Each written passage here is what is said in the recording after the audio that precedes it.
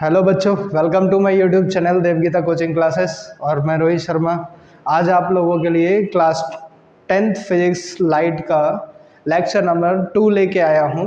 और इसमें हम लोग जो है फॉर्मेशन ऑफ इमेजेस के बारे में बात करेंगे और उनके रूल्स जो होंगे, इमेज को फॉर्म करने के लिए जो रूल्स हैं उनके बारे में बात करेंगे। तो उनको समझने से पहले कुछ बच्चों की दिक्कतें होती हैं, उनको डिस्कस कर लेते। सबसे पहली दिक्कत आपकी ये आती है कि इतना सारा हो गया है सर, कैसे याद करेंगे, अब हमें याद नहीं हो रही है, बहुत सारी चीज़ें होती हैं। अब उन्हें देख के जो है घबरा जाते हो, जो याद है उसे भी भूल जाते हो, बड़ी दिक्कत आती है। तो इसके लिए एक कंसेप्ट बनाओ कि तुम रेगुलर बेस पे कोई एक पर्टिकुलर टॉपिक को प्रिपेयर करो, और जब वो तुम्हें ढंग से प्रिपेयर हो जाए तो अपने दिमाग में ये चीज़ फीड कर लो कि तुम्हें जो पूरा याद करना था, तुम्हारे 10 चैप्टर थे, 5 चैप्टर थे, वट एवर दे आर, ठीक है ना, जितने भी आपके चैप्टर थे उनमें से आपने कोई एक चैप्टर पूरा कर लिया या आधा चैप्टर पूरा कर लिया, मुझे लगता है, ठीक है ना। तो उस आधे चैप्टर के लिए दिमाग में पॉजिटिवनेस क्रिएट करो कि हमारा 10 चैप्टर में से आधा चैप्टर कम हो गया, मतलब मेरे को इतना प्रिपेयर हो गया है। अब अगर ये सोचोगे कि अभी तो सिर्फ मेरा आधा हुआ है, 9.5 चैप्टर और बाकी हैं, भाई साहब तुम याद नहीं कर पाओगे, तुम भूल जाओगे अपनी पुरानी चीज़ें जो हैं, जो भी याद करेंगे उन्हें भी भूलते चले जाओगे। लेकिन अगर इसी का सोचने का नज़रिया हम लोग बदल देते हैं, है ना, तो वहाँ से हमें पता चलता है कि थोड़ी सी रिलीफ मिलता है। 10 चैप्टर थे, उसमें से आधा तुम्हारा हो चुका है, तो आधे से टेंशन फ्री हो गए हम लोग। अब बाकी इतना है तो इसको कर लेंगे धीरे धीरे, फिर आधा फिर कभी करोगे तो फिर उस टाइम अपने दिमाग में पॉजिटिवनेस बना के रखनी होगी कि हमारा जो है फिर अब पूरा एक चैप्टर ख़त्म हो गया, ठीक है। तो इस टाइप से जो है अपनी थिंकिंग बनाओ। दूसरी चीज़ कि आपने आज जो प्रिपेयर किया, जो आज आपको पूरे ढंग से याद हो गया, उसे अगले दिन जो है दोबारा रिवाइज ज़रूर करें। चाहे उस पर सिर्फ एक निगाह डालें, पूरा दोबारा ना पढ़ें, कोई दिक्कत नहीं है, लेकिन उस पर भले ही एक निगाह डालें, उसको दोबारा देखें, तीसरे दिन फिर से देखें, चौथे दिन फिर से देखें, और जो पीछे से करते आ रहे हो प्रिपेयर, उनको साथ के साथ रिवाइज करते रहो। 1 महीने तक भी ऐसा करते हो तो भाई साहब तुम्हें पता चलता है कि 1 महीने में किसी चीज़ को तुमने 30 बार रिवाइज कर लिया, और रेगुलर बेस पर रिवाइज किया है, तुम भूल ही नहीं सकते उसको। तो अपने आप को प्रिपरेशन के तहत जो है कुछ ऐसे प्रिपेयर करो, इस टाइप से प्रिपरेशन करो कि एक पर्टिकुलर टॉपिक को चूज़ करो कि मुझे जो है आज इतना टॉपिक फिनिश करना है, और उसे लिख लो पहले ही एक कॉपी में। अच्छा, एक चीज़ और है कि रोज़ की रोज़ वाले टॉपिक प्रिपेयर करना। अगर आप सोचो कि मुझे एक हफ्ते में सर 4 चैप्टर ख़त्म करने हैं, बिल्कुल नहीं हो पाएगा, इम्पॉसिबल। तुम कहोगे मुझे एक दिन में इतना टॉपिक ख़त्म करना है, 100% हो जाएगा, क्योंकि एक दिन का है, उसी दिन का है, तुमको ख़त्म करना है। अगले दिन फिर एक नया ऐसे टारगेट बनाया, उसको पूरा किया, और उससे पहले वाले टारगेट को एक बार रिवाइज मार लिया अगले दिन। तो ये इस तरीके से स्ट्रैटेजी बना के अगर आप प्रिपरेशन करते हैं तो आपकी प्रिपरेशन जो है माशाल्लाह बहुत अच्छी हो जाएगी, और मुझे लगता है कि आप लोग जो है इसी प्रिपरेशन के तहत अच्छा स्कोर कर जाएंगे। अभी हम लोग कुछ टॉपिक डिस्कस करेंगे, उनमें से मैंने यहाँ लिस्टेड कर दिए हैं जो जो टॉपिक हमें पढ़ने हैं। आज हम लोग पढ़ेंगे lateral inversion, uses of plane mirror, reflection of light from surface, है ना, फ्रॉम स्फेरिकल मिरर से, सम इम्पॉर्टेंट डेफिनेशंस देखेंगे फिर। अच्छा, फ्रॉम के बाद जो है ना ये सरफेसेस जो है, इससे पहले हम लोग लिख लेते हैं स्फेरिकल सरफेसेस, स्फेरिकल सरफेसेस। फिर इसके बाद जो है हम लोग यहाँ पर डिस्कस करेंगे स्फेरिकल मिरर के बारे में, सम इम्पॉर्टेंट डेफिनेशंस, उनकी कुछ स्फेरिकल मिरर की इम्पॉर्टेंट डेफिनेशंस होंगी, उनको डिस्कस करेंगे। इसके बाद रिलेशन निकालेंगे between radius of curvature and focal length of spherical mirror. फिर आपके rules of formation of images formed by concave mirror, और after that formation of different type of images by concave mirror.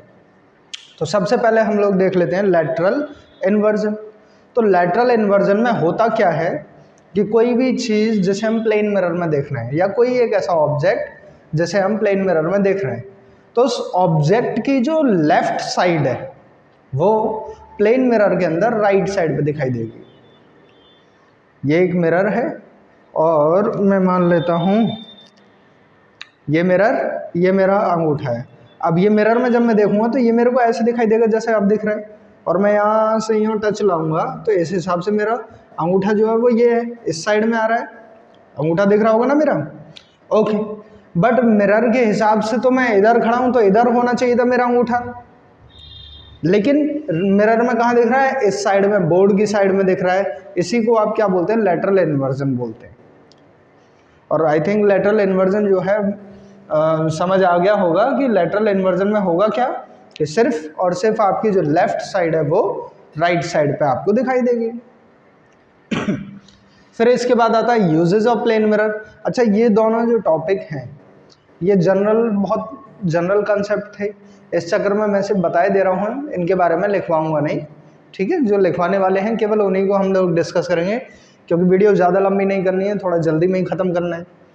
Uses of plane mirror, सबसे पहला use तो जो है अपने चेहरे को चमकाने के लिए कर लेते हो, आई थिंक देखने के लिए, है ना।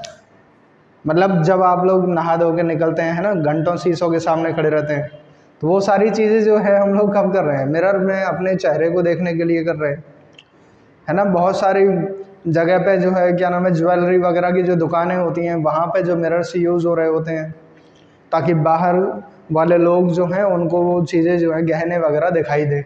जैसे यहाँ गहने हैं, इनके ऊपर यूँ टेढ़ा करके मिरर लगा हुआ है, उस मिरर में वो गहने दिखाई दे रहे हैं और वो बाहर वालों को रिफ्लेक्ट होकर दिखाई दे रहे हैं, ठीक है ना। तो वो इनडायरेक्टली वे में दिखा रहे होते हैं कि हमारी दुकान पर ये सामान है और ये आपको लेना चाहिए। फिर इसके बाद प्लेन मिरर का यूज़ जो है बार्बर वगैरह की दुकान पे भी जो है यूज़ होता है, आपने देखा होगा, है ना। और दो आमने सामने होते हैं तो एक के पीछे एक जा रहा होता है, वो वाला कंसेप्ट भी एक बार हम लोग डिस्कस करेंगे आप लोगों के साथ। बट फिलहाल में तो हो इसके यूजेस के बारे में अगर हम लोग देखें तो प्लेन मिरर के कुछ इस टाइप से यूज़ होंगे। फिर हम लोग देखेंगे reflection of light from spherical surfaces. तो सबसे पहले तो हम लोग ये देखेंगे कि स्फेरिकल सरफेस क्या होती है। तो भाई कोई भी ऐसी रिफ्लेक्टिंग सरफेस जो स्फेयर के फॉर्म में है, कोई भी ऐसी रिफ्लेक्टिंग सरफेस जो स्फेयर फॉर्म में हो, स्फेरिकल फॉर्म में हो, मतलब एक स्फेयर था, उसके कुछ पोर्शन को हमने पॉलिश कर दिया, तो वो जितने पोर्शन पर हमने पॉलिश किया उतनी सरफेस उसकी रिफ्लेक्टिंग सरफेस हो गई, वहाँ से लाइट रिफ्लेक्ट हो जाएगी। और उस रिफ्लेक्टिंग सरफेस को हमने मिरर के अंदर से या स्फेयर में से काट लिया तो वो एक मिरर बन जाता है, ठीक है ना। तो ये एक मिरर बन गया। अब यहाँ से जैसे लाइट यूँ स्ट्राइक कर रही है, ऐसे आई तो ऐसे कहीं रिफ्लेक्ट भी होगी। भाई जो इंसिडेंट रे है, अगर हम यहाँ से बात करें, एक नॉर्मल ड्रॉ करें यहाँ पे, तो जितना इंसिडेंट एंगल होगा उतना ही एंगल ऑफ रिफ्लेक्शन भी होगा, इसलिए इस टाइप से ये बन जाएगा। ऐसे ही अगर ये नीचे से कोई आ रही होती यूँ, ठीक है ना, तो ऐसे चली जाती, रिफ्लेक्ट होकर ये इंसिडेंट, ये रिफ्लेक्शन। हम लोग ऐसे कोई एक नॉर्मल ड्रॉ कर रहे होते, फिर ये इंसिडेंट एंगल हो जाता आपका और ये रिफ्लेक्टेड एंगल। तो इस टाइप से जो है रिफ्लेक्शन जो होगा वो स्फेरिकल सरफेस पर भी जो है होता है। अब रिफ्लेक्शन होने के लिए जो स्फेरिकल सरफेस पर, ये स्फेरिकल सरफेस जो है जिस टाइप के मिरर बनाती हैं वो आपके दो टाइप के मिरर होंगे, एक होगा कॉनकेव और दूसरा होगा कॉन्वेक्स। तो हम लोग बात करेंगे पहले कॉनकेव मिरर की तरफ, फिर कॉन्वेक्स मिरर। तो भाई साहब ये जो अभी मैंने डायग्राम बनाया है, मतलब ये वाला जो डायग्राम है ये, जिसमें पॉलिशिंग बाहर की साइड हो रही है, इसी को आप क्या बोल देते हैं, कॉनकेव मिरर बोल देते हैं। इसको बोलेंगे कॉनकेव मिरर। और दूसरा वाला, अगर आपने ये मिरर तो बनाया है ऐसे ही, ठीक है ना, ये स्फेरिकल सब, लेकिन पॉलिश अंदर की साइड में कर दी यहाँ पे, तो इसे आप बोलते हैं कॉन्वेक्स मिरर।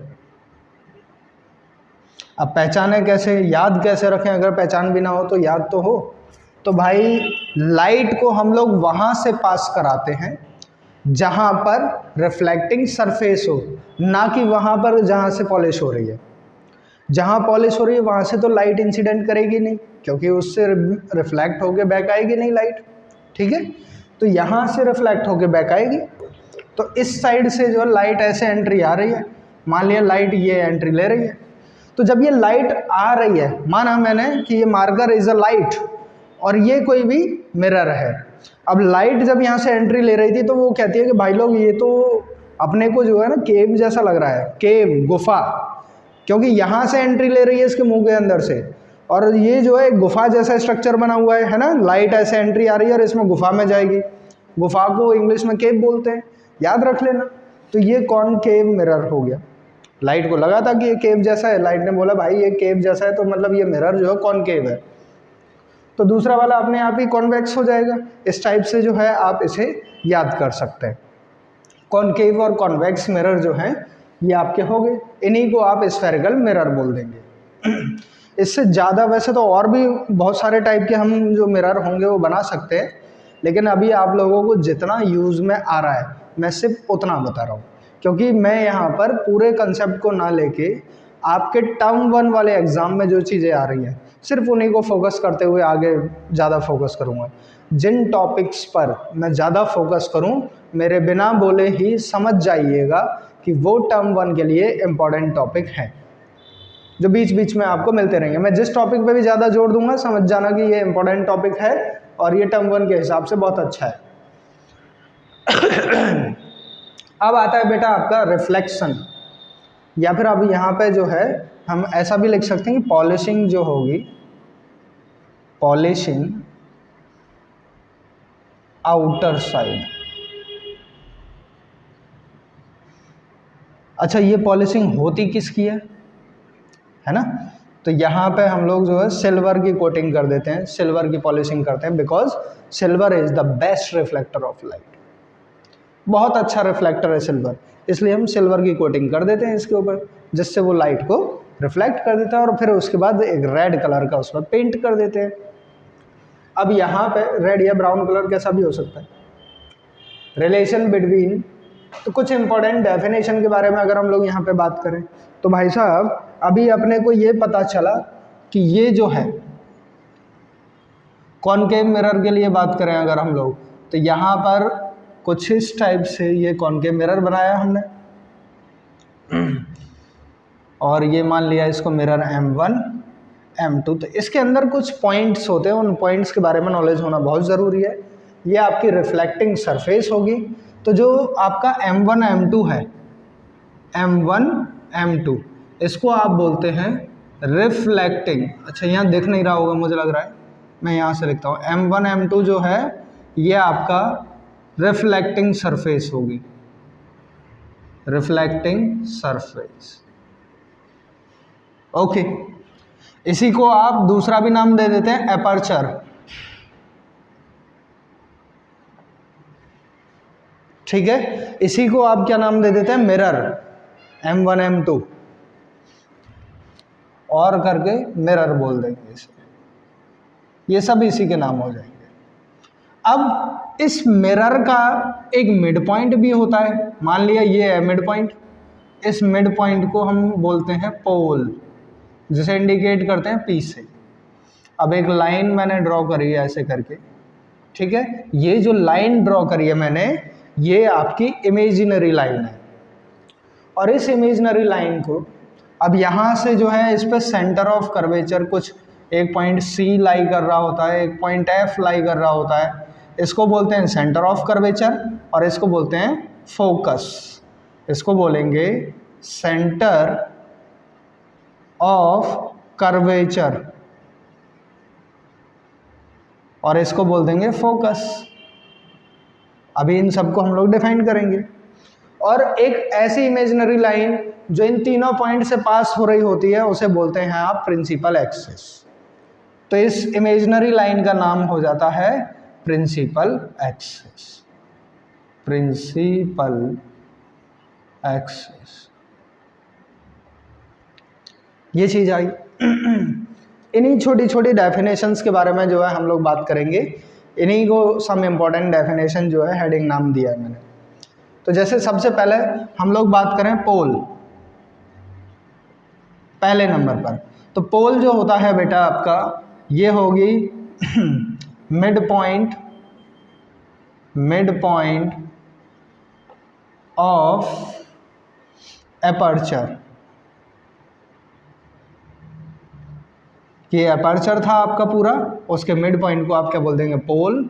और इसे किससे डिनोट करेंगे, ऐसा भी लिख देते हैं कि डिनोटेड बाय पी, इसे पी से ही डिनोट कर देते हैं। दूसरे नंबर पर आपको डेफिनेशन देख लेते हैं हम लोग centre of curvature. Centre of curvature,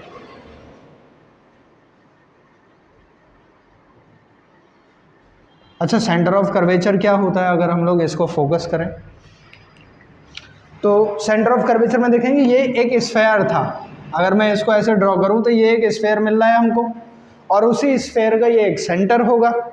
तो हम लोग इसमें बोल देंगे कि it is a centre of sphere of which the mirror is a part। इसको आप लोग सेंटर ऑफ कर्वेचर बोल देंगे। और इसे किससे डिनोट करेंगे, इसको हम लोग जो है सी से डिनोट करते हैं। तो ये लिख देंगे कि इट इज डिनोटेड बाय सी। ऐसे करके हमने सेंटर ऑफ कर्वेचर को भी दिखा दिया। फिर इसके बाद जो है आपका आता है फोकस। अब फोकस को समझने के लिए एक कंसेप्ट और समझना होगा, फोकस। इसको देखते हैं यहाँ पे कि फिर से मैं एक बनाए देता हूँ ये, ठीक है। ये कौन सा मिरर बना रहे हैं हम लोग, कॉनकेव मिरर, क्योंकि रे को ये केव जैसा लग रहा है यहाँ से आते में। इसको नाम दिया हमने M1 M2, और एक इमेजिनरी एक्सिस जो है यहाँ से पास हुई, और इस पॉइंट को हमने पोल नाम दिया। अब मैंने क्या बताया, फोकस में देखेंगे हम लोग कि बहुत सारी इंसिडेंट रेज थी। एक मान लिया ये इंसिडेंट रे है, एक उसके नीचे से भी इंसिडेंट रे आ रही है, ये पैरेलल है आपस में एक दूसरे के। हो सकता है नीचे से भी कोई आ रही हो तो ये भी कोई एक इंसिडेंट रे होगी, ये भी कोई एक इंसिडेंट रे आई होगी। ये सारी की सारी इंसिडेंट रेज आपस में एक दूसरे का पैरेलल है। तो आफ्टर रिफ्लेक्शन ये एक पॉइंट से मीट करेंगे। मैं मान लेता हूं कि ये कोई एक ऐसा पॉइंट है जिसमें ये रिफ्लेक्शन के बाद जो है एक दूसरे से मीट कर रही हैं। एक जो है यहाँ से ये ऐसे करके मीट करेगी, ये इस टाइप से मीट करेगी। तो ये सारी की सारी रेज एक सिंगल पॉइंट पर मीट कर रही थी after reflection, if they are parallel to each other. और इसी मीटिंग पॉइंट को आप लोग क्या बोल देंगे, फोकस बोल देंगे। तो इसकी डेफिनेशन जो होगी, देखो मैं इसको जो है लाइन बनाई दे रहा हूँ यहाँ से। तो इसकी डेफिनेशन अगर हम लोग यहाँ से देखें तो हम बोल देंगे कि if number of incident, number of का मतलब बहुत सारी, incident rays which are parallel to each other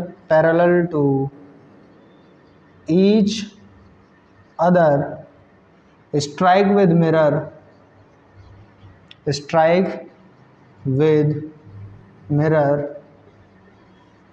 after reflection।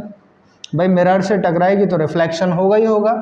तो after reflection they all meet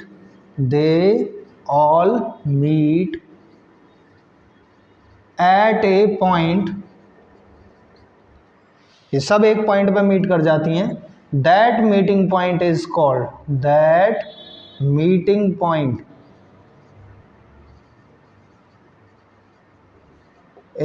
called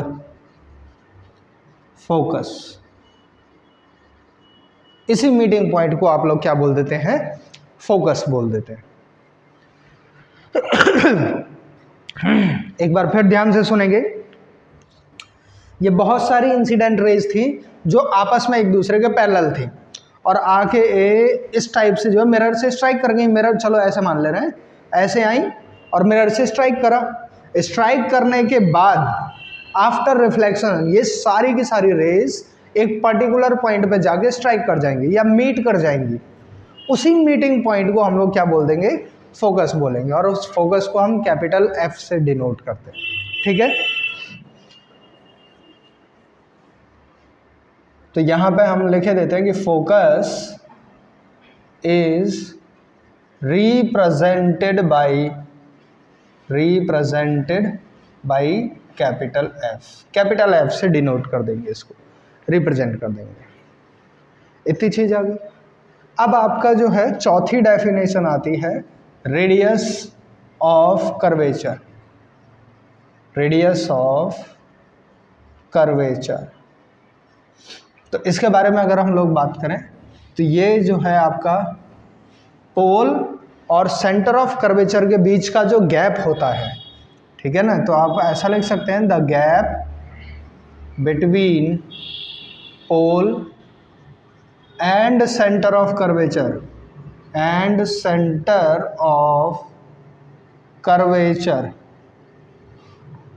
is called radius of curvature। radius of curvature, इसको आप कैपिटल R से denote करेंगे। तो इसमें लिख दूंगा मैं कि it is denoted by capital R। ऐसे करके हम लोग दिखा देंगे रेडियस ऑफ कर्वेचर के लिए। फिर आता है आपका, अच्छा इसमें मैं थोड़ा सा एक बार और बना के दिखाई दे रहा हूँ। ये कुछ ऐसे बनाया था मिरर हमने, और यहाँ से ये एक इमेजिनरी एक्सिस थी पोल से, ये आपने यहाँ पे एक पॉइंट F बनाया था और ये पॉइंट एक C बनाया था।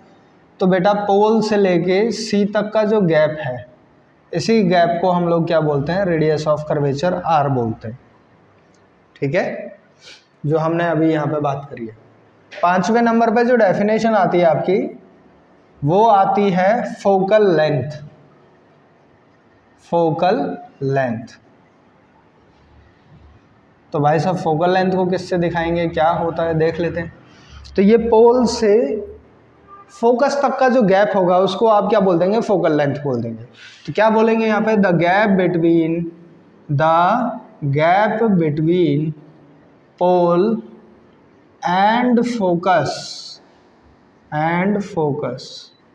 Is called focal length. Focal length, और हम लोग अगर यहाँ पे देखें तो पता चलेगा कि इसे स्मॉल f से डिनोट करते हैं। It is denoted by small f।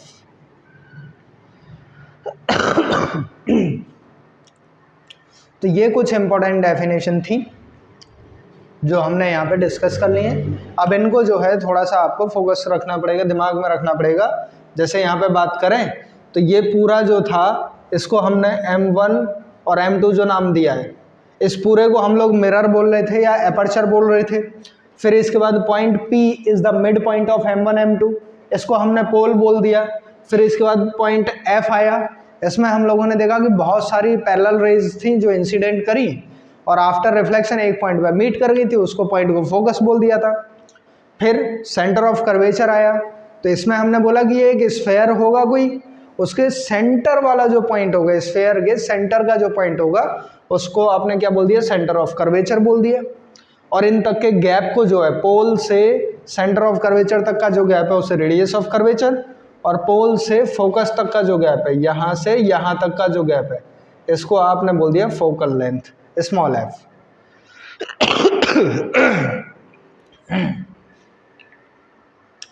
I think ये जो है छोटी छोटी डेफिनेशंस जो है ये आपको समझ आ गई होंगी। तो अभी जो हम लोग देखेंगे rules for formation of images देखेंगे। For formation, rules for formation of images by concave mirror, concave mirror, कोई भी कॉनकेव मिरर होगा, इससे आप इमेज किस टाइप से फॉर्म कर सकते हैं उनके रूल्स देखेंगे। तो इसके आपको 4 रूल दे रखे होते हैं। पहला रूल क्या बोलता है कि कोई भी आपको एक कॉनकेव मिरर है, मैं ऐसे करके छोटे छोटे पोर्शन में ही ख़त्म कर दे रहा हूँ, है ना।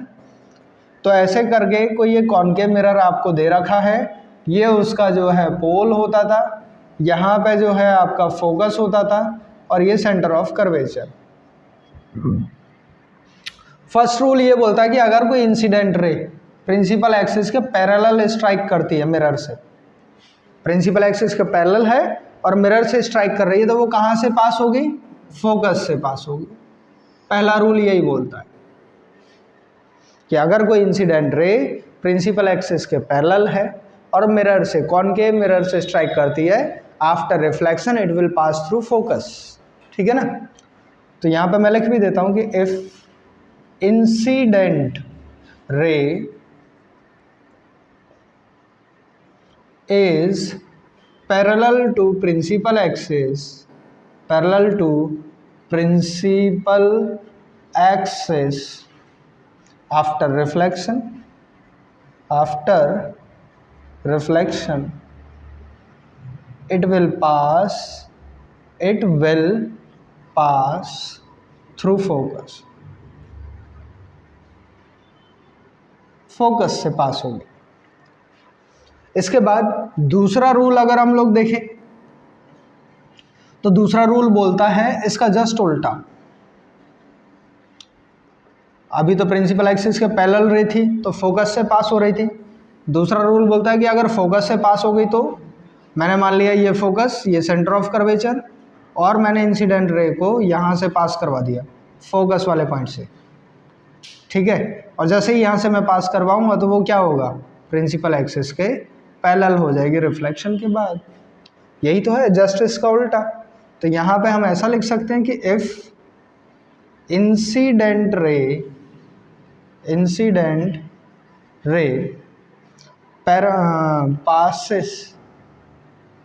passes through focus and strike with mirror, या फिर strike with concave mirror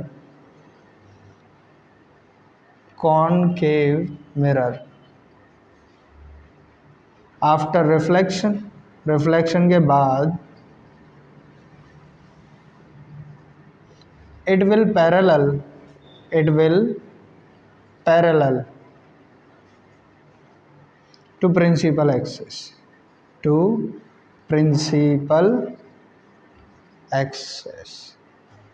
principal axis के पैरेलल हो जाएगी।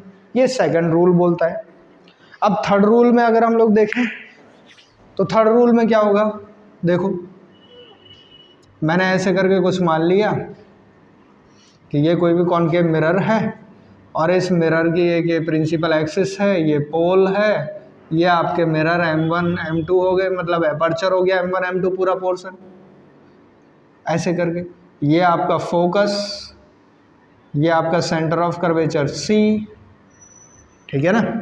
और यहाँ से कोई इंसिडेंट रे ऐसे करके स्ट्राइक कर रही थी यहाँ, तो वो जिस पाथ से आती है उसी पाथ पर वापस लौट जाएगी। मतलब सेंटर ऑफ कर्वेचर से पास होने वाली जो रे होगी वो उसी रास्ते से लौट जाती है। ऐसा क्यों भाई? उसका कोई रीज़न भी तो होना चाहिए कि ऐसे ही जो मन में आया वो बोल दिया।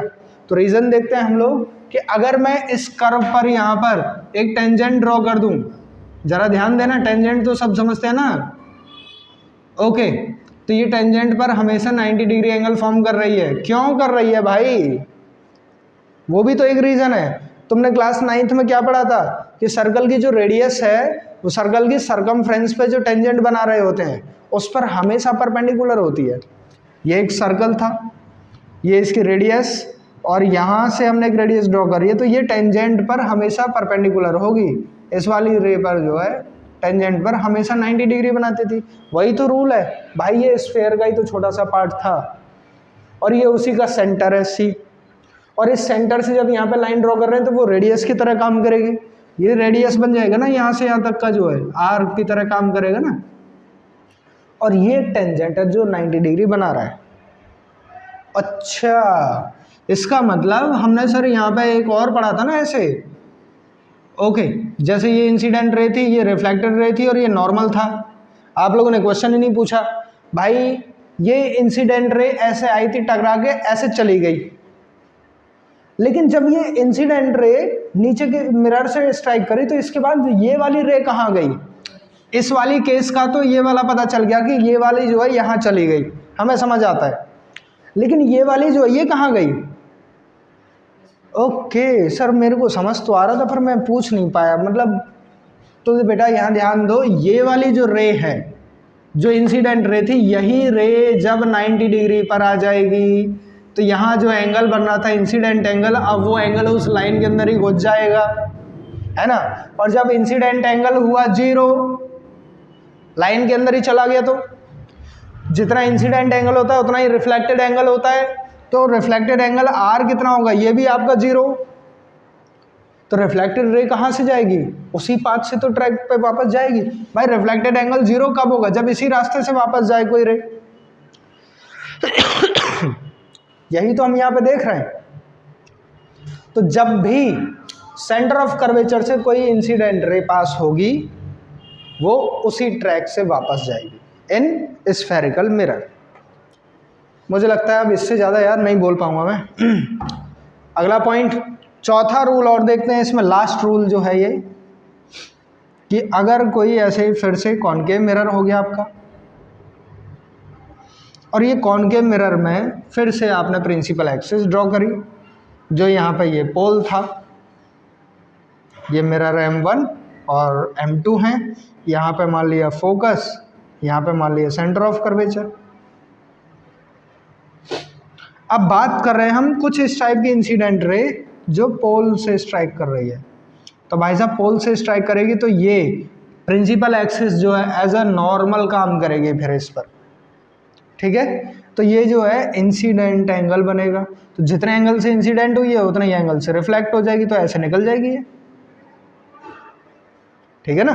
तो ये आपका चौथा रूल था कि जितने एंगल से ये इंसिडेंट हुई उतने ही एंगल से ये रिफ्लेक्ट हो जाएगी। These are the 4 rules of formation of images. यही 4 रूल अगर आपको समझ में आ गए तो सारी फॉर्मेशन ऑफ इमेजेस जो हैं आप कंप्लीट कर लेंगे। तो यहाँ पे मैं इसके बारे में और थोड़ा सा लिख देता हूँ कि if incident ray passes from centre of curvature को मैं C लिख देता हूँ, है ना, थोड़ा सा आलसी हो गया हूँ, इतना नहीं लिखा जा रहा, centre of curvature, then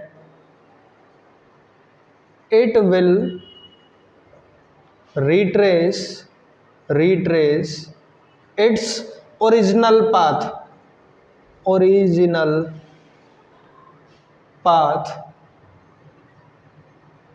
after reflection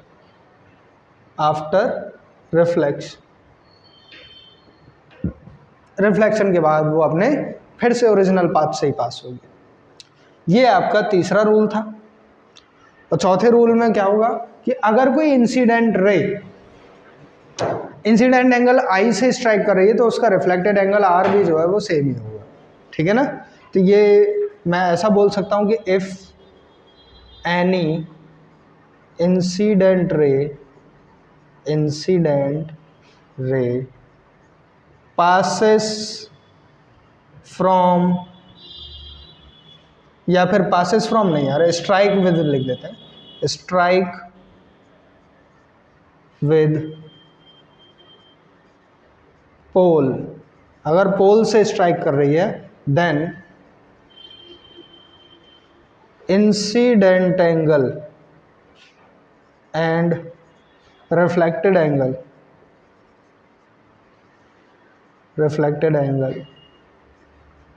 are equal, are के बाद इक्वल, सभी आपस में बराबर हो जाएंगे। ये आपके 4 रूल थे फॉर्मेशन ऑफ इमेजेस के लिए। अब जो है इमेज फॉर्मेशन और देख लेते हैं। वो आपकी 6 टाइप की होंगी और उन पर बेस फिर जो है मिरर फार्मूला और उस पर बेस कुछ न्यूमेरिकल करके ये वाला चैप्टर आपका खत्म हो जाएगा।